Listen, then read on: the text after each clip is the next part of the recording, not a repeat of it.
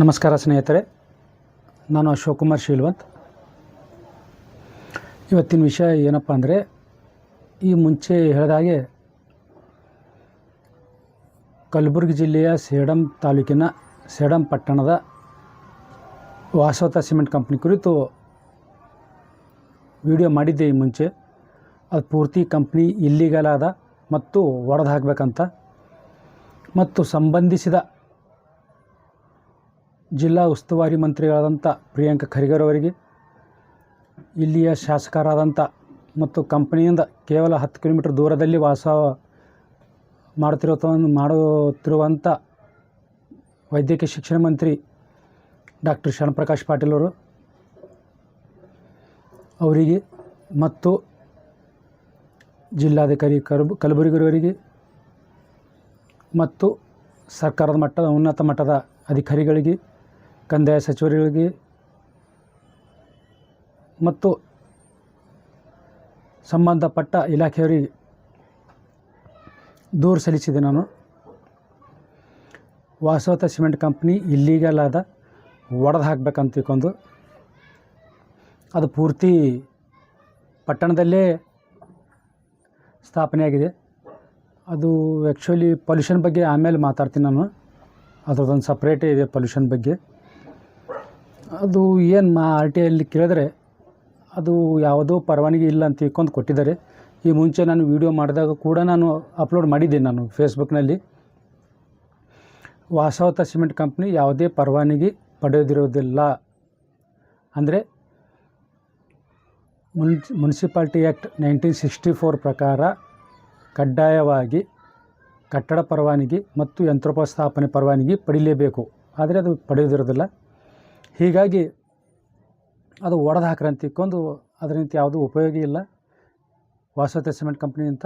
ಅದು ಒಡೆದು ಹಾಕ್ರಿ ಅಂತ ತಿಳ್ಕೊಂಡು ವಿಡಿಯೋ ಮಾಡಿದ್ದೆ ಮತ್ತು ದೂರು ಕೂಡ ಸಂಬಂಧಿಸಿದ ಅಧಿಕಾರಿಗಳು ಮತ್ತು ಜನಪ್ರತಿನಿಧಿಗಳಿಗೆ, ಸಚಿವರುಗಳಿಗೆ ನಾನು ದೂರು ಸಲ್ಲಿಸಿದ್ದೆ ನಾನು. ಹೀಗಾಗಿ ಯಾವುದೇ ಕ್ರಮ ಕೈಗೊಳ್ತಾ ಇಲ್ಲ ಅಂತ ತಿಳ್ಕೊಂಡು, ಅಂದರೆ ಕಲಬುರಗಿ ಜಿಲ್ಲೆಯಿರುವ ಎಲ್ಲ ಸಿಮೆಂಟ್ ಕಂಪನಿಗಳು, ಸಕ್ಕರೆ ಕಾರ್ಖಾನೆಗಳು ಮತ್ತು ಸೋಲಾರ್ ಪ್ಲಾಂಟ್ಗಳ ಕುರಿತು ಅದರಲ್ಲಿ ಇದು ಕೂಡ ಬರುತ್ತದೆ. ವಾಸವತ ಒಡೆದು ಹಾಕ್ರಿ ಅಂತ ತಿಳ್ಕೊಂಡು ಮತ್ತು ಅವ್ರ ಮೇಲೆ ಕ್ರಮ ಕೈಗೊಳ್ಳ್ರಿ ಅಂತ ತಿಳ್ಕೊಂಡು ನಾನು ದಿನಾಂಕ 27/4/2026 ಪಾದಯಾತ್ರೆ ಹಮ್ಮಿಕೊಂಡಿದ್ದೆ. ಪಾದಯಾತ್ರೆಯಲ್ಲಿ ಜಿಲ್ಲಾಧಿಕಾರಿಗಳ ನಿರ್ದೇಶನದಂತೆ 11 ಇಲಾಖೆಯ ಅಧಿಕಾರಿಗಳು ಬಂದು ತಮ್ಮದು ಏನು ದೂರಿದೆ ಅದ್ರ ಮೇಲೆ ನಾವು ಕ್ರಮ ಕೈಗೊಳ್ತೀವಿ ಮತ್ತು ಜಿಲ್ಲಾಧಿಕಾರಿಗಳಿಗೆ ಗಮನ ತೊಗೊಂಬರ್ತೀವಿ, ವರದಿ ಸಲ್ಲಿಸ್ತೀವಿ ಅಂತ ಹೇಳಿದ ಕಾರಣ ಪಾದಯಾತ್ರೆ ಅರ್ಧದಲ್ಲೇ ನಿಲ್ಲಿಸಬೇಕಾಯಿತು. ಇದು ಪಾದಯಾತ್ರೆ ಇದು ಯಾವುದೇ ಕಾರಣಕ್ಕೂ ನಿಲ್ಲುವುದಿಲ್ಲ. ಏನು 27-28ನೇ ತಾರೀಕು ಅವರು ಅಧಿಕಾರಿಗಳು ಬರೆದು ಕೊಟ್ಟಿದ್ದಾರೆ. 4 ತಿಂಗಳು ಗಡುವು ತೊಗೊಂಡಿದ್ದಾರೆ. 4 ತಿಂಗಳಲ್ಲಿ ಜಿಲ್ಲಾಧಿಕಾರಿಗಳಿಗೆ ವರದಿ ಸಲ್ಲಿಸ್ತೀವಿ ಮತ್ತು ಕ್ರಮ ಕೈಗೊಳ್ಳುತ್ತೀವಿ ಅಂತ ತಿಳ್ಕೊಂಡು ಒಂದು ಪತ್ರ ಕೂಡ ಬರೆದು ಕೊಟ್ಟಿದ್ದಾರೆ. ಹೀಗಾಗಿ 4 ತಿಂಗಳು ಗಡುವು ತೊಗೊಂಡಿರೋದ್ರಿಂದ, ಅಂದರೆ 28/4/2026 ಪತ್ರ ಬರೆದು ಕೊಟ್ಟಿರೋದ್ರಿಂದ ಆ ಕಡೆ 4 ತಿಂಗಳು ಅಂದರೆ ಆಗಸ್ಟು 28ನೇ ತಾರೀಕು, ಅಂದರೆ April, May, June, July, August 28ನೇ ತಾರೀಕು ಮತ್ತು ನಾನು ಪಾದಯಾತ್ರೆ ಹಮ್ಮಿಕೊಳ್ತೀನಿ. ಯಾಕೆ ಪಾದಯಾತ್ರೆ ಹಮ್ಮಿಕೊಳ್ತೀನಪ್ಪ ಅಂದರೆ, ಒಂದು ವೇಳೆ ವರದಿ ಕರೆಕ್ಟಾಗಿ ಕೊಟ್ಟಿದ್ದರೆ ಅದು ಇಂಪ್ಲಿಮೆಂಟೇಷನ್ ಮಾಡ್ರಿ ಅಂತ ತಿಳ್ಕೊಂಡು ಆಗ್ರಹಿಸಿ ಪಾದಯಾತ್ರೆ ಹಮ್ಮಿಕೊಳ್ತೀನಿ. ಒಂದು ವೇಳೆ ಈ ಬಂಡವಾಳಶಾಹಿಗಳ ಬೂಟ್ ನೆಕ್ಕ ಕೆಲಸ ಮಾಡಿ ಸರಿಯಾದ ವರದಿ ಕೊಡದೇ ಇದ್ದರೆ, ಅಂಥ ಭ್ರಷ್ಟ ಅಧಿಕಾರಿಗಳು ಮತ್ತು ಅಯೋಗ್ಯ ಅಧಿಕಾರಿಗಳು ಮತ್ತು ನಾಲಾಯಕ ಅಧಿಕಾರಿಗಳು ಸರ್ಕಾರದಿಂದ ವಜಾ ಮಾಡ್ರಿ ಅಂತ ತಿಳ್ಕೊಂಡು ಪಾದಯಾತ್ರೆ ಹಮ್ಮಿಕೊಳ್ತೀನಿ. ನೀವು ವರದಿ ಕೊಟ್ಟರು, ಒಳ್ಳೆ ವರದಿ ಕೊಟ್ಟರು ನಾನು ಕಾನೂನು ಪ್ರಕಾರ, ಒಳ್ಳೆ ವರದಿ ಅಂದರೆ ಕಾನೂನು ಅಡಿಯಲ್ಲಿ ಯಾವುದಾದ್ರೂ ಕಾಯ್ದೆ ಕಾನೂನು ಉಲ್ಲಂಘನೆ ಮಾಡಿದ್ದಾರೆ ಅಂತ ತಿಳ್ಕೊಂಡು ನಾನು ದಾಖಲೆ ಸಮೇತ ನಾನು ಕೊಡ್ತಾ ಇದ್ದೀನಿ ನಾನು. ಹೀಗಾಗಿ ಅದ್ರ ಮೇಲೆ ಕ್ರಮ ಕೈಗೊಳ್ಳಬೇಕು ಮತ್ತು ವರದಿ ಸಲ್ಲಿಸಬೇಕು ಜಿಲ್ಲಾಡಳಿತಕ್ಕೆ. ಮತ್ತು ಒಂದು ವೇಳೆ ಆಗದೇ ಇದ್ದರೆ ಅಂಥ ಭ್ರಷ್ಟ ಅಧಿಕಾರಿಗಳ ಮೇಲೆ ಕ್ರಮ ಕೈಗೊಳ್ಳ್ರಿ ಅಂತ ತಿಳ್ಕೊಂಡು ಮತ್ತೆ ಪಾದಯಾತ್ರೆ ಹಮ್ಮಿಕೊಳ್ತೀನಿ. ಅದೇ 28/8/2026 ಮತ್ತು ಕಲಬುರಗಿ ಜಿಲ್ಲಾಡಳಿತ ಕಚೇರಿಗೆ ಹೋಗಿ ಬೀಗ ಜಡಿದು ಬಾರಿ ಮುಳ್ಳು, ಖಾರಿ ಮುಳ್ಳು, ಜಾಲಿ ಮುಳ್ಳು 3 ಥರ ಮುಳ್ಳು ಬಡ್ದು ಪ್ರತಿಭಟನೆ ಮಾಡ್ತೀನಿ. ಇವತ್ತಿನ ವಿಷಯ ಏನಪ್ಪ ಅಂದರೆ ಅದೇ ಈ ಮುಂದುವರೆದ ಭಾಗ.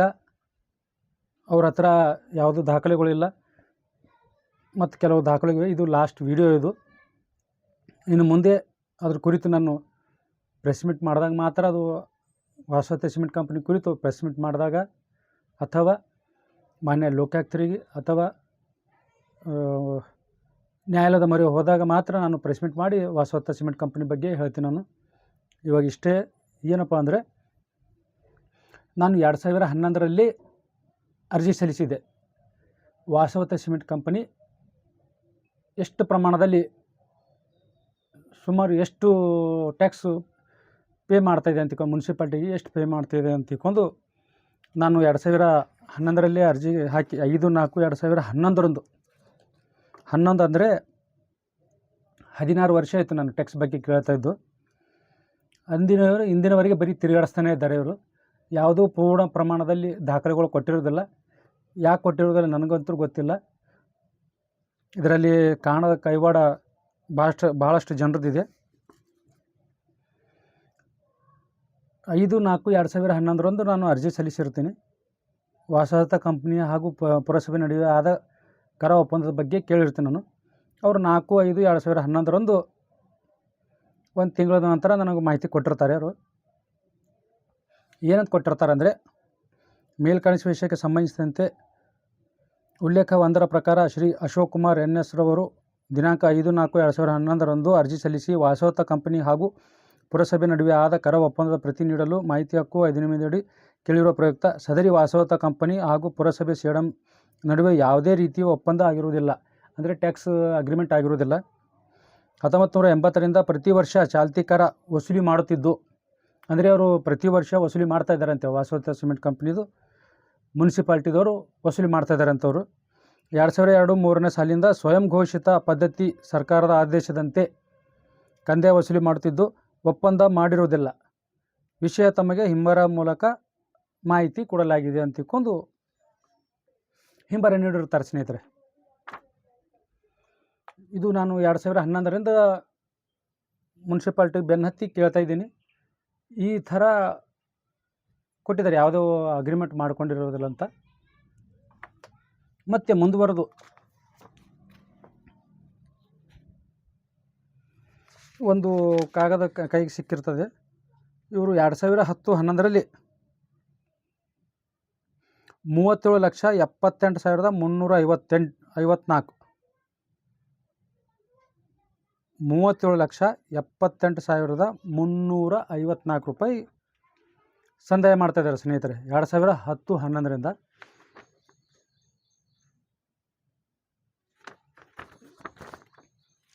ಅಂದರೆ 37 ಲಕ್ಷ ಅಂದರೆ ಭಾಳ ಕಡಿಮೆ ಮೊತ್ತದಲ್ಲಿ, ರೌಂಡ್ ಫಿಗರ್ 40 ಲಕ್ಷ ಐತೆ ಸ್ನೇಹಿತರೆ. ಇದು ಹೆಚ್ಚಿಗೆ ಆಗಬೇಕಾಗಿತ್ತು. ಸುಮಾರು ಏನಿಲ್ಲ ಅಂದರೆ ವರ್ಷಿಗೆ 10 ಕೋಟಿಯರ ಟ್ಯಾಕ್ಸ್ ಆಗಬೇಕಾಗಿತ್ತು ಆವಾಗ. ಇವಾಗ ಮತ್ತು ಹೆಚ್ಚಿಗಾಗಿದೆ ಮತ್ತು ನಗರಸಭೆ ಆಗಿದೆ. ಹೆಚ್ಚಿನ ಪ್ರಮಾಣದಲ್ಲಿ ಟ್ಯಾಕ್ಸು ವಸೂಲಿ ಆಗಬೇಕು. ಟ್ಯಾಕ್ಸ್ ಕಟ್ತಾ ಇಲ್ಲ. ಅವಾಗಕ್ಕಿಂತ ಮುಂಚೆ ಇದು ನ್ಯಾಯಾಲಯದಲ್ಲಿದೆ ಮತ್ತು ನಿಮಗೆ ಕೊಡ್ಲಿಕ್ಕೆ ಬರಲ್ಲ ಅಂತ ತಿಳ್ಕೊಂಡು ಏನೇನೋ ಉತ್ತರ ಕೊಟ್ಟಿದ್ರು ಅವರು ನನಗೆ. ಹೀಗಾಗಿ ಅವ್ರ ಮಾಹಿತಿಯಿಂದ ವಂಚನೆ ಮಾಡಿದರು, ಮಾಹಿತಿ ನೀಡಿರೋದಿಲ್ಲ. ಆ ನಂತರ ಮುಂದುವರೆದ ಸ್ನೇಹಿತರೆ 2020ರಲ್ಲಿ ಕೇಳಿರ್ತೇನೆ ಮತ್ತು ನಾನು ಮಾಹಿತಿ. ಅದರಲ್ಲಿ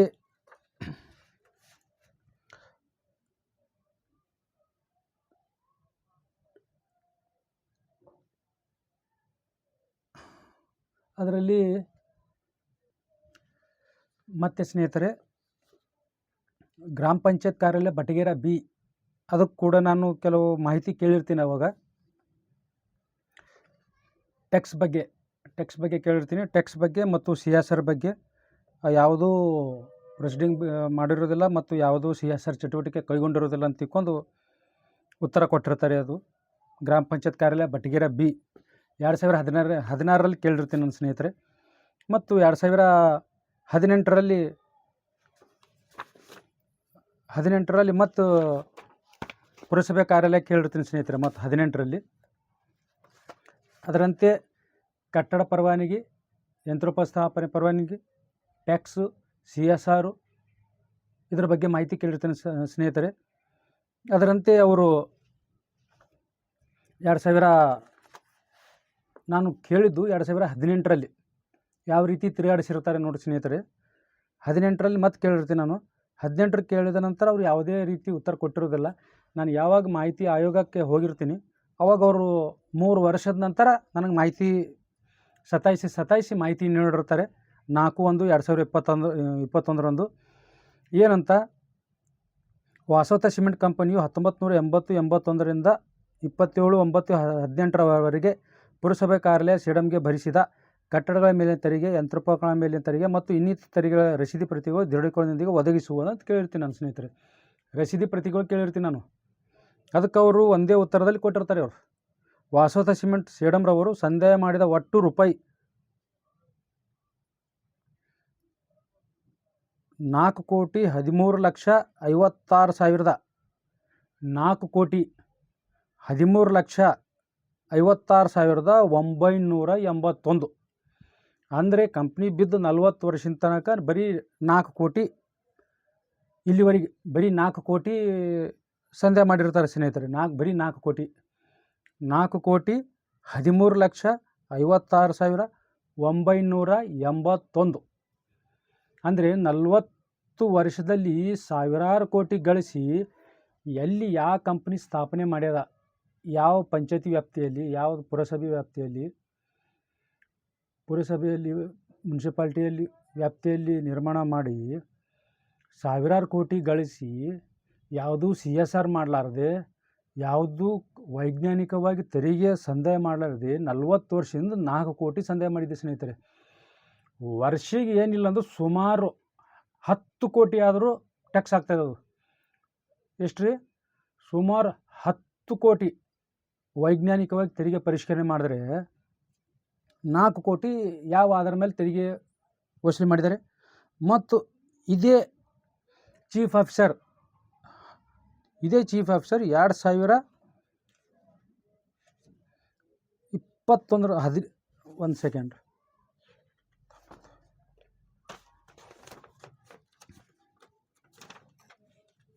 ಇದೇ ಚೀಫ್ ಆಫೀಸರು 2018-19ರಿಂದ ಕೆಲಸ ನಿರ್ವಹಣೆ ಮಾಡ್ತಿದ್ದಾರೆ. 18-19 ಅಂದರೆ ಯಾರು ಚೀಫ್ ಆಫೀಸರಿಗೆ ಯಾಕೆ ಇಟ್ಕೊಂಡಾರ? ಶರಣಯ್ಯ ಸ್ವಾಮಿಯವರಿಗೆ ಇಲ್ಲಿವರೆಗೆ ಎಷ್ಟು 18 ಅಂದರೆ 19-20 ಈ ಕಡೆ 8 ವರ್ಷದಿಂದ ಒಂದೇ ಕೇಂದ್ರ ಸ್ಥಾನದಲ್ಲಿ ಕೆಲಸ ನಿರ್ವಹಣೆ ಮಾಡ್ತಿದ್ದಾರೆ ಶರಣಯ್ಯ ಸ್ವಾಮಿಯವರು. ಇದರಲ್ಲಿ ಅವರು ಆರ್ಥಿಕ ಹಿತಾಸಕ್ತಿ ಏನು ಅಡಗಿದೆ ಇವ್ರದ್ದು ಶರಣಯ್ಯ ಸ್ವಾಮಿಯವ್ರದ್ದು? ಯಾವ್ಯಾವ ಅಧಿಕಾರಿ ಯಾವ ಕಡೆ ಹೋಗ್ತಾರೆ, 1 ವರ್ಷದಲ್ಲಿ, 2 ವರ್ಷದಲ್ಲಿ, 3 ವರ್ಷದಲ್ಲಿ ಟ್ರಾನ್ಸ್ಫರ್ ಆಗ್ತಾರೆ. ಸುಮಾರು 3 ವರ್ಷ ಆದ್ರೂ ಕೆಲಸ ಮಾಡಬೇಕು. ಇವ್ರು 8 ವರ್ಷ ಒಂದೇ ಸ್ಥಾನದಲ್ಲಿ ಅಂದ್ರೆ ಇಲ್ಲಿ ಏನೋ ಅವ್ಯವಹಾರ ಆಗಿದೆ ಸ್ನೇಹಿತರೆ. ಇದು ಅನುಕೂಲ ಮಾಡಿಕೊಡೋ ಸಲುವಾಗಿ ಇವ್ರಿಗೆ ಇಟ್ಟಿದ್ದಾರೆ. ಯಾವುದೂ ಕೆಲಸ ಮಾಡಲಾರ್ದೆ ಆರಾಮ್ ಮೈತಾ ಇದ್ದಾರೆ ಇವರು ಶರಣಯ್ಯ ಸ್ವಾಮಿಯವರು. ಮಾಹಿತಿ ಕೇಳಿದ್ರೆ ಮಾಹಿತಿ ಕೊಡಲ್ಲ, ಸತಾಯಿಸ್ತಾ ಇದ್ದಾರೆ, ಅಪೂರ್ಣ ಮಾಹಿತಿ ಕೊಡ್ತಾರೆ, ದೃಢೀಕರಿಸ್ಕೊಡಲ್ಲ. ಹೀಗಾಗಿ ಇವ್ರ ಮೇಲೆ ಕ್ರಮ ಕೈಗೊಳ್ಬೇಕು ಸ್ನೇಹಿತರೆ. ಇದು ಮಾನ್ಯ ಡಾಕ್ಟರ್ ಶರಣಪ್ರಕಾಶ್ ಪಾಟೀಲ್ ಇವ್ರ ಮೇಲೆ ಕ್ರಮ ಇವ್ರಿಗೆ ಯಾಕೆ ಇಟ್ಟಿದೆ ಅಂತ ಗೊತ್ತಾಗ್ತಾ ಇಲ್ಲ. ಪುರಸಭೆ ಹೋಗಿ ನಗರಸಭೆ ಆದರೂ ಕೂಡ ವರ್ಗಾವಣೆ ಆಗಿಲ್ಲ. ರೀಸೆಂಟಾಗಿ ವರ್ಗಾವಣೆ ಆದ್ರೆ ಮತ್ತು ಪ್ರೆಷರ್ ಹಾಕಿ ಮತ್ತೆ ಇಲ್ಲೇ ಬಂದಿದ್ದಾರೆ. ಇವ್ರು ಬಿಡ್ಲಕ್ಕೆ ಸೇಡಂ ಮುನ್ಸಿಪಾಲ್ಟಿ ಬಿಡ್ಲಕ್ಕೆ ತಯಾರಿಲ್ಲ, ಇವರು ನಗರಸಭೆ ಬಿಡ್ಲಕ್ಕೆ ತಯಾರಿಲ್ಲ. 8 ವರ್ಷ ಒಂದೇ ಸ್ಥಾನದಲ್ಲಿ ಯಾಕಿದ್ದಾರೆ ಇವರು? ಇವ್ರ ಆರ್ಥಿಕ ಹಿತಾಸಕ್ತಿ ಏನು ಅಡಗಿದೆ ಇದರಲ್ಲಿ ಗೊತ್ತಾಗ್ತಾ ಇಲ್ಲ. ಇದೇ ರೀತಿ ಕಂಪ್ನಿಗೆ ಅನುಕೂಲ ಮಾಡಿಕೊಡೋ ಸಲಕ್ಕೆ ಇಲ್ಲಿ ಈ ರೀತಿ ಇದ್ದಾರೆ ಇವರು. ಆಮೇಲೆ ಮತ್ತು ಗ್ರಾಮ ಪಂಚಾಯತ್ ಮದಕಲ್ ಕೂಡ ಕೇಳಿರ್ತೀನಿ ಸ್ನೇಹಿತರೆ. ಮದಕಲ್ ಕೂಡ ಅದೇ ರೀತಿ ಉತ್ತರ ಕೊಟ್ಟಿರ್ತಾರೆ. ಯಾವುದು CSR ಚಟುವಟಿಕೆ ಇಲ್ಲ, ಯಾವುದು ಪರವಾನಗಿ ಇಲ್ಲ, ಯಾವುದು ಗಣಿಗಾರಿಕೆ ಮಾಡುವ ಸಲುವಾಗಿ ಪರವಾನಗಿ ಇಲ್ಲ, ಏನೂ ಇಲ್ಲ. ಬಟಗೇರ ಆಗಲಿ ಅಥವಾ ಮದಕಲ್ ಆಗಲಿ ಅಥವಾ ಸೇಡಂ ಪುರಸಭೆ ಆಗಲಿ ಯಾವುದೂ ಕ್ರಮ ಕೈಗೊಂಡಿಲ್ಲ ಸ್ನೇಹಿತರೆ.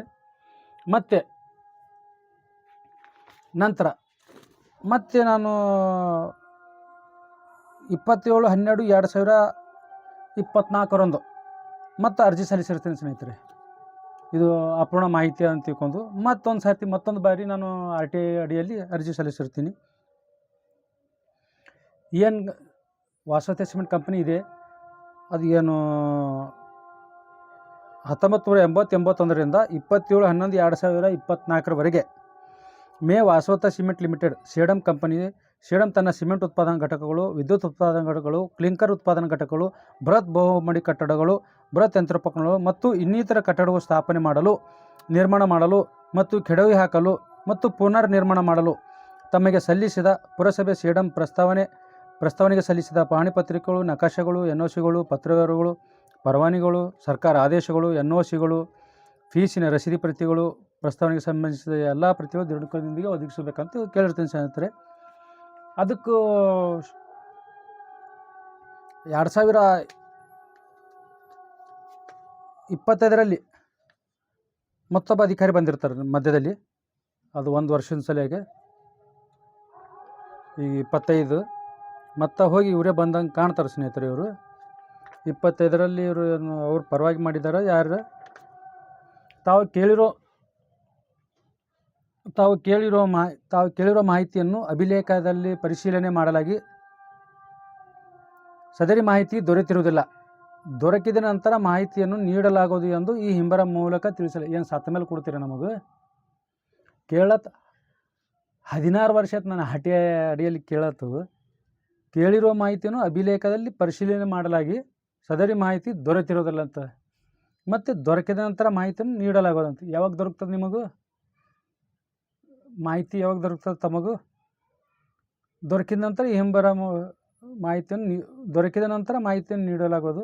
ಈ ಹಿಂಬರ ಮೂಲಕ ತಿಳಿಸಲಾಗಿದೆ ಅಂತೂ 11/3/2025 ಬರೆದಿರ್ತಾರೆ ಸ್ನೇಹಿತರೆ. 25 ಅಂದರೆ 26, 1 ವರ್ಷ ಆಯಿತು. 1 ವರ್ಷ 2 ತಿಂಗಳಲ್ಲಿ ಇವ್ರಿಗೆ ಏನಾದರೂ ಮಾಹಿತಿ ಸಿಕ್ಕಿಲ್ಲ ಇವ್ರಿಗೆ. ಇವ್ರು ಏನು ಬಚ್ಚಿಟ್ಟಾರ, ಏನು ಇದು ಮಾಡ್ಯಾರ, ಏನು ಮನೆಗೆ ಒಯ್ದಾರ, ಏನು ಸುಟ್ಟು ಹಾಕ್ಯಾರ, ಇದ್ರ ಬಗ್ಗೆ ದೊಡ್ಡ ತನಿಖೆ ಆಗಬೇಕು. 40 ವರ್ಷದಿಂದ ಬರೀ 4 ಕೋಟಿ ಟ್ಯಾಕ್ಸ್ ಕಟ್ತಾರಂದ್ರೆ ವರ್ಷಿಗೆ 10 ಕೋಟಿ ಆಗ್ತದೆ.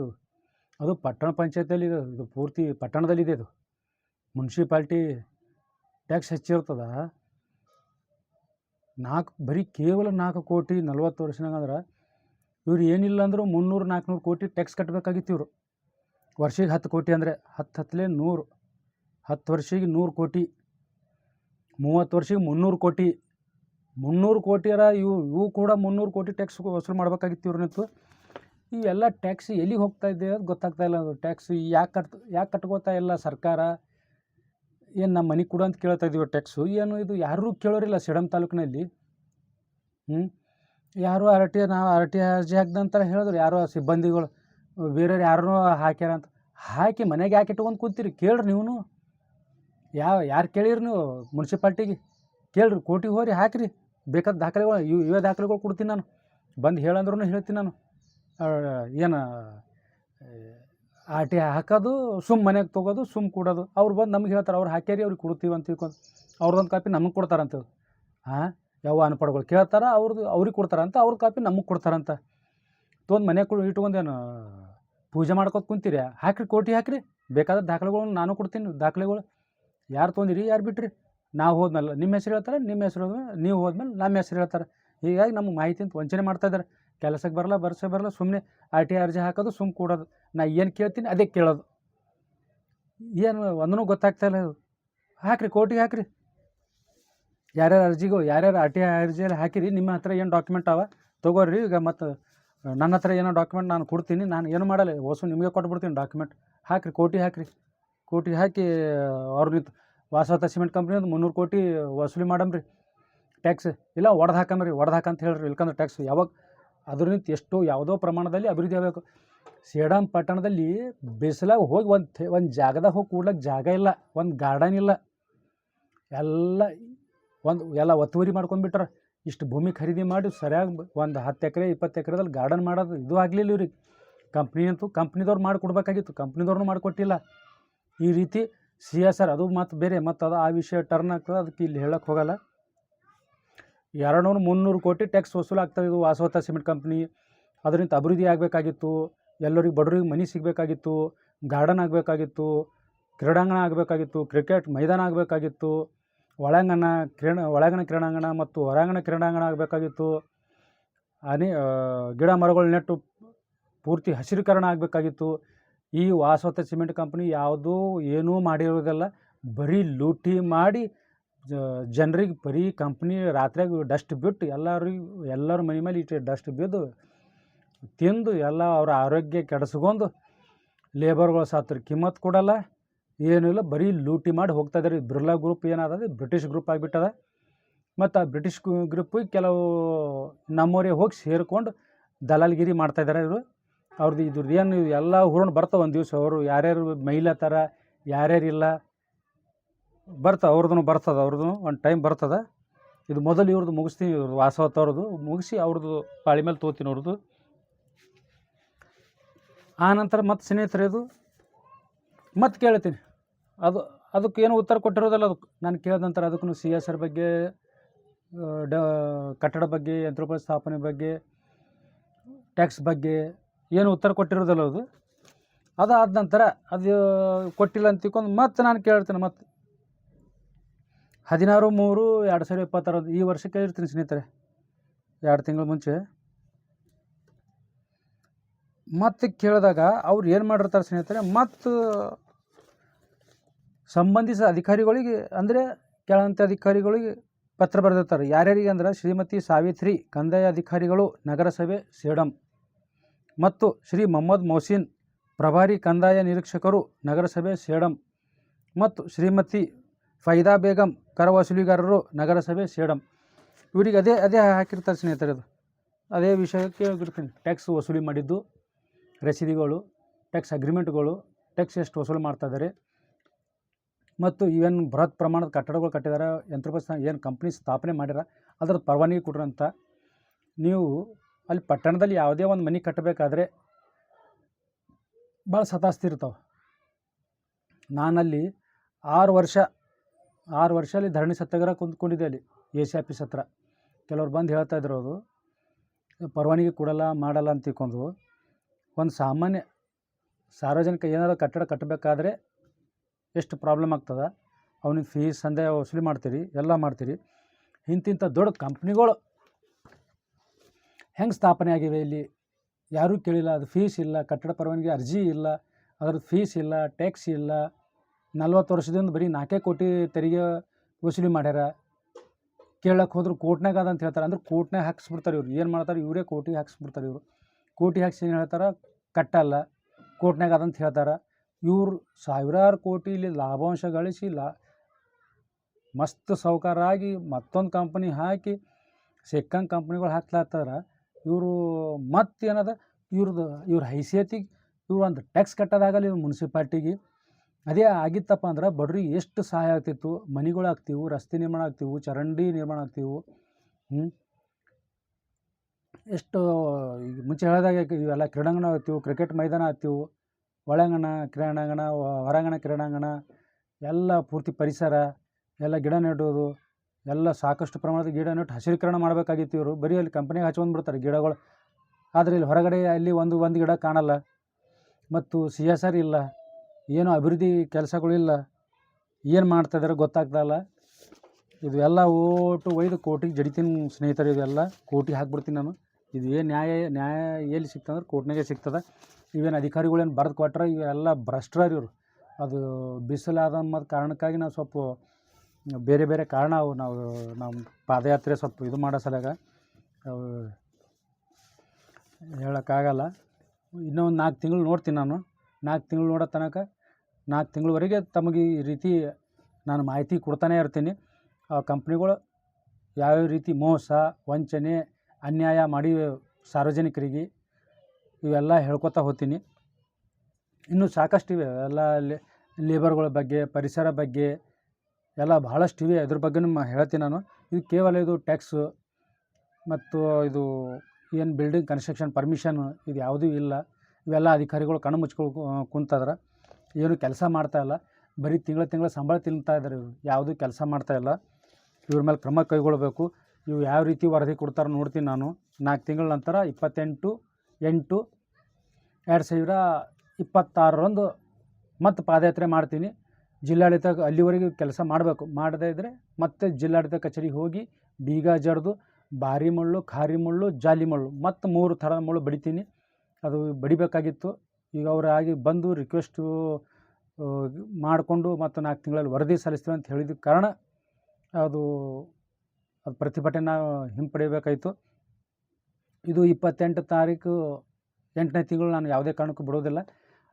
ವರದಿ ಕರೆಕ್ಟಾಗಿ ಕೊಟ್ಟಿದ್ರೆ ವರದಿ ಇಂಪ್ಲಿಮೆಂಟೇಷನ್ ಮಾಡ್ರಿ ಅಂತ ತಿಳ್ಕೊಂಡು ಪಾದಯಾತ್ರೆ ಮಾಡ್ತೀನಿ. ಅಲ್ಲಿವರೆಗೆ ಕ್ರಮ ಕೈಗೊಳ್ಬೇಕು. ಇವರು ಎಲ್ಲ ವರದಿ ತರಿಸ್ಕೊಂಡು ಕ್ರಮ ಕೈಗೊಳ್ಳಬೇಕು. ಮತ್ತು ಒಂದು ವೇಳೆ ವರದಿ ಸರಿಯಾದ ಪ್ರಮಾಣದಲ್ಲಿ ಕೊಟ್ಟಿಲ್ಲ ಮತ್ತು ಇವು ಬಂಡವಾಳಶಾಹಿ ಪರವಾಗಿ ಕೊಟ್ಟಿದ್ದರೆ, ಅಧಿಕಾರಿಗಳು ನಿರ್ಲಕ್ಷ್ಯ ವಹಿಸಿದರೆ ಮತ್ತು ತಮ್ಮ ಅಧಿಕಾರ ದುರುಪಯೋಗ ಪಡಿಸ್ಕೊಂಡ್ರೆ ಮತ್ತು ಅವರಿಗೆ ಅಮಾನತು ಮಾಡಿರಿ, ವಜಾ ಮಾಡ್ರಿ ಅಂತ ತಿಳ್ಕೊಂಡು ನಾನು ಪಾದಯಾತ್ರೆ ಹಮ್ಮಿಕೊಳ್ತೀನಿ ಸ್ನೇಹಿತರೆ. ಹೀಗೆ ಸಾಕಷ್ಟು ಬಾರಿ ನಾನು 16 ವರ್ಷದಿಂದ ನಾನು ದೂರು ಸಲ್ಲಿಸ್ತಾ ಬಂದಿದ್ದೀನಿ, ಅರ್ಜಿ ಹಾಕ್ತಾ ಬಂದಿದ್ದೀನಿ. ಯಾವುದೂ ಕ್ರಮ ಕೈಗೊಳ್ತಾ ಇಲ್ಲ. ನಮಗೂ ಕಂಪ್ನಿಗಳು ಬೇಕು. ಕಂಪ್ನಿಗಳು ಕೈಗಾರಿಕೆ ಏನದ, ನಾನು ಕೈಗಾರಿಕೆ ವಿರೋಧಿ ಅಲ್ಲ. ಆದರೆ ಯಾವ ಪ್ರಮಾಣದಲ್ಲಿ ಕಂಪ್ನಿಗಳು ಇರಬೇಕು ಆ ಪ್ರಮಾಣದಲ್ಲಿ ಆ ಪರಿಸರದಲ್ಲಿ ಇರಬೇಕು. ಪರಿಸರ ಹಾಳು ಮಾಡಬಾರ್ದು ಮತ್ತು ಈ ನೆಲದ ಸಂರಕ್ಷಣೆ ಮಾಡಬೇಕು, ಈ ನೀರಿನ ಸಂರಕ್ಷಣೆ ಮಾಡಬೇಕು, ಪರಿಸರ ಸಂರಕ್ಷಣೆ ಮಾಡಬೇಕು, ಅನೇಕ ಕಾಯ್ದೆ ಕಾನೂನುಗಳ ಪಾಲನೆ ಮಾಡಬೇಕು ಮತ್ತು ಇಲ್ಲಿ ಉದ್ಯೋಗ ಕೊಡಬೇಕು, ಇಲ್ಲಿ ಜನರು ಭಾಳ ಹಸನಾಗಬೇಕು ಅಂಬೋದು ನಮ್ಮದು ಆಸೆ. ಆದರೆ ಯಾವುದೂ ಇವು ಕಂಪ್ನಿಗಳು ಮಾಡ್ತಾಯಿಲ್ಲ. ಇಲ್ಲಿ ಕಂಪ್ನಿಗಳಲ್ಲಿ ಸಿಮೆಂಟ್ ಉತ್ಪಾದನೆಗಿಂತ ಕಂಪ್ನಿಗಳು ಏನು ಸಿಮೆಂಟ್ ಉತ್ಪಾದನೆ ಮಾಡ್ತಾರೆ, ಸಿಮೆಂಟ್ ಉತ್ಪಾದನೆ ಕಡಿಮೆ ಆಗ್ಯದ. ನಡ್ಬರ್ಕ್ ಮೀಡಿಯೇಟರ್ ಜಾಸ್ತಿ ಆಗಿಬಿಟ್ಟಿದ್ದಾರೆ. ಇವರು ಮೀಡಿಯೇಟರ್ ಜಾಸ್ತಿ ಉತ್ಪಾದನೆ ಮಾಡ್ತಿದ್ದಾರೆ ಅವರು. ಹೀಗಾಗಿ ಈ ಕಂಪ್ನಿಗಳ ಅವಶ್ಯಕತೆ ಇಲ್ಲ.